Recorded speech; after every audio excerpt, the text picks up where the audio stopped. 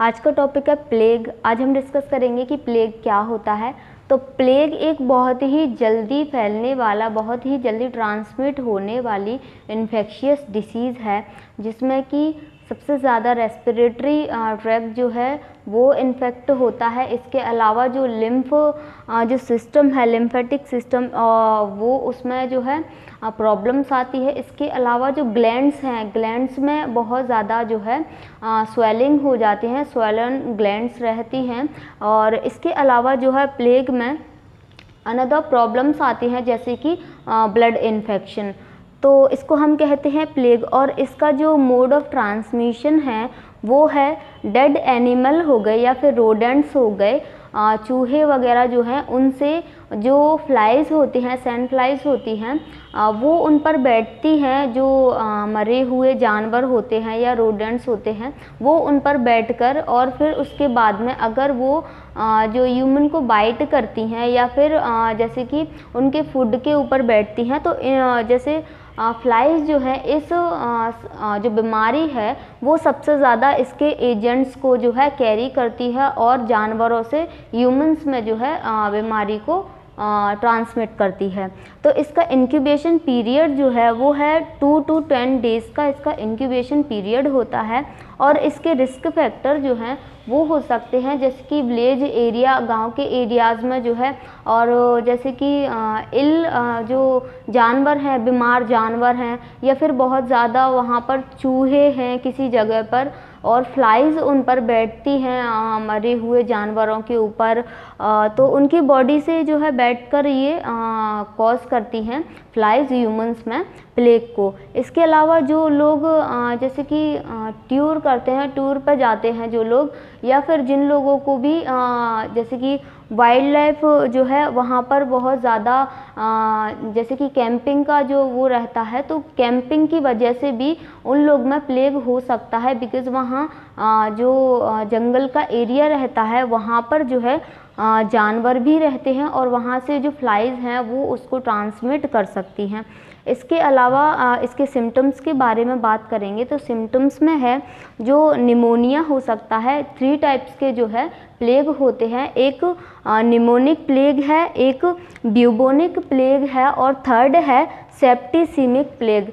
तो इसके सिम्टम्स जो है अलग अलग प्रकार के जो है जो प्लेग हैं उनके अकॉर्डिंग ही सिम्टम्स भी अलग होते हैं। जैसे कि निमोनिक प्लेग में रेस्पिरेटरी इन्फेक्शन से रिलेटेड जो है रेस्पिरेटरी सिस्टम से रिलेटेड जो प्रॉब्लम्स पेशेंट के अंदर देखी जाती हैं, जिसमें कि हीमोप्टाइसिस हो गया या फिर उनका डिस्निया की कंडीशन उनमें देखी जाती है, रेस्पिरेटरी ट्रैक में इन्फेक्शन उनमें देखा जाता है, ब्रोंकाइटिस वगैरह उन पेशेंट में देखा जाता है। इसके साथ ही उनमें जो है कफिंग की प्रॉब्लम रहती है, चेस्ट पेन रहता है, चेस्ट टाइटनेस उन पेशेंट को रहती है, और उनकी जो जैसे कि उनकी जो कार्डियक रिदम है जो इरेगुलर रहती है, उनको टैकीकार्डिया उन पेशेंट को देखा जा सकता है।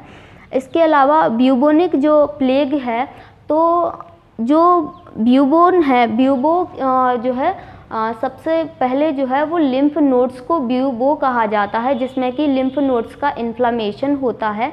तो जो ब्यूबोनिक प्लेग है उसमें लिम्फ नोड्स जो है इन्फेक्ट होंगे, उनका इन्फ्लामेशन होगा। इसके अलावा जो ग्लैंड्स हैं, ग्लैंड्स जो है स्वेल्ड अप हो जाएंगी, ग्लैंड्स का इन्फ्लेमेशन देखा जाता है। इसके अलावा सेप्टिसीमिया देखा जाता है, ब्लड में इन्फेक्शन। इसके अलावा पेशेंट को बहुत ज़्यादा फटीग, वीकनेस की जो है और इंडाइजेशन की प्रॉब्लम पेशेंट में रहती है, डायरिया उनको रह सकता है, और यूरिनेशन में उनको प्रॉब्लम होती है बहुत ज़्यादा। इसके साथ ही साथ पेशेंट को बहुत तेज़ फीवर आता है। फीवर के अलावा उनको चिल्स की कंडीशन उनमें देखी जाती है, और उनका बीपी जो है वो बीपी एकदम से लो रहता है, हाइपोटेंशन की कंडीशन उन पेशेंट के अंदर देखी जाती है। तो ये सारे सिम्टम्स हैं वो प्लेग के पेशेंट में देखे जाते हैं। इसके अलावा बात करेंगे इसके डायग्नोसिस की, तो डायग्नोसिस में सीबीसी कर सकते हैं, हिस्ट्री टेकिंग, फिजिकल एग्जामिनेशन कर सकते हैं, ब्लड टेस्ट कर सकते हैं। इसके अलावा जो लिम्फ नोड्स हैं वहाँ एस्पिरेशन करके उसका फ्लूइड को कल्चर कर सकते हैं, फ्लूइड का। इसके अलावा स्पूटम टेस्टिंग कर सकते हैं, और इसके अलावा जो है चेस्ट एक्सरे भी पेशेंट का कर सकते हैं रेस्पिरेटरी इन्फेक्शन से रिलेटेड जो सिम्टम्स या फिर कंडीशन को देखने के लिए। इसके बाद इसकी मैनेजमेंट के बारे में बात करेंगे। तो मैनेजमेंट में जो है पेशेंट को एंटीपायरेटिक ड्रग देंगे, उनको मसल पेन होगा तो एनाल्जेसिक ड्रग दे सकते हैं पेशेंट को। अगर उनको इंडाइजेशन है तो उसके लिए सप्लीमेंट्स दे सकते हैं, और जो प्लेंटी ऑफ फ्लूइड्स दे सकते हैं, उनको फ्लूइड इलेक्ट्रोलाइट थेरेपी दे सकते हैं। और साथ ही साथ जो है पेशेंट को अगर ब्रीदिंग डिफ़िकल्टी हो रही है तो उनको O2 थेरेपी दे सकते हैं जिससे कि ब्रीदिंग डिफ़िकल्टी ना हो। इसके अलावा पेशेंट में एंटीबायोटिक थेरेपी दे सकते हैं। एंटीबायोटिक थेरेपी से जो है इन्फेक्शन की कंडीशन को कम किया जा सकता है, जैसे कि क्लिंडामाइसिन है, जेंटामाइसिन है, तो ये ड्रग्स हैं, ये दे सकते हैं एंटीबायोटिक्स को। इसके अलावा पेशेंट में जो है अनदर सिम्टम जैसे कि ब्लड में इन्फेक्शन है तो उसके लिए अलग ड्रग्स दे सकते हैं। इसके साथ ही साथ जो है पेशेंट में ब्रोंकाइटिस है तो उससे रिलेटेड उसको ड्रग्स दे सकते हैं, ब्रोंकोडाइलेटर्स दे सकते हैं पेशेंट को, और जो भी सिम्टम्स होंगे उसमें तो उसके अकॉर्डिंग पेशेंट को जो डिसीज़ कंडीशन है उसमें सिम्टम्स हो रहे हैं, सिम्टम्स के अकॉर्डिंग जो है पेशेंट को मेडिसिन एडमिनिस्टर कर सकते हैं। इसके अलावा इसमें है एंटी प्लेग वैक्सीन दे सकते हैं पेशेंट को, जो कि 2 ml दी जाती है सबक्यूटेनियसली पेशेंट को, जिससे कि प्लेग जो डिसीज़ कंडीशन है वो ठीक हो सके। इसके अलावा नर्सिंग मैनेजमेंट की बात करते हैं तो नर्सिंग मैनेजमेंट में जो जानवर हैं, जानवरों को जो है जो लोग रहते हैं वहाँ से उनको बहुत दूर जो है सेपरेट करके उनको रखना चाहिए। इसके अलावा जो फ्लाइज़ वगैरह हैं तो ट्रांसमिशन हो रहा है फ्लाइज़ से, तो उनसे बचाव करना चाहिए जिससे कि फ्लाइज़ कम हो।